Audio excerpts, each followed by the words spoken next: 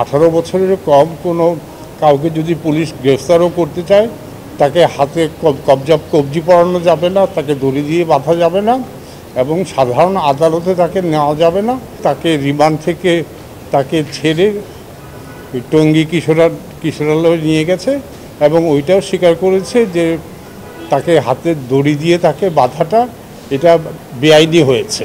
হাসনাতুল ইসলাম ফাইয়াজ নামের গতকাল বিভিন্ন পত্রিকায় ছবি ছাপা হয়েছিল, যেখানে তাকে দড়ি বাঁধা অবস্থায় দেখা গেছে আর তাকে আদালত 7 দিনের রিমান্ডে দিয়েছিল। তো ওইটা দেখেই আমরা আদালতে সুপ্রিম কোর্টে আসলাম, এসে বললাম যে শিশু আইন অনুযায়ী তাকে হাতকড়া বা কোনো কিশোর কাউকে দড়ি বা হাতকড়া বাঁধা যাবে না, তাকে রিমান্ডে দেওয়া যাবে না।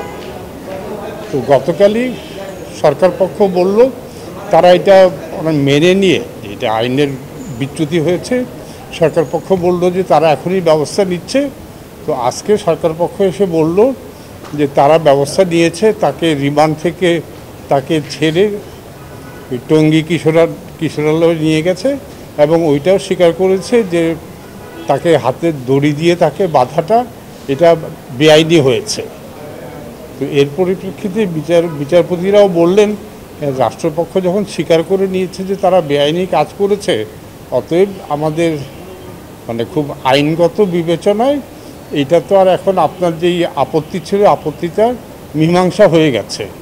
অতএব এই মীমাংসা হয়ে গেছে এবং এতে আমার মনে হয় যে যেটা লাভ হবে বা সবাই যেটা জানা হবে যে 18 বছরের কম কোনো কাউকে যদি পুলিশ গ্রেফতারও করতে চায়, তাকে হাতে কবজি পরানো যাবে না, তাকে দড়ি দিয়ে বাঁধা যাবে না এবং সাধারণ আদালতে তাকে নেওয়া যাবে না, তাকে কিশোর আদালতে বা জুভিনাইল কোর্টে নিতে হবে।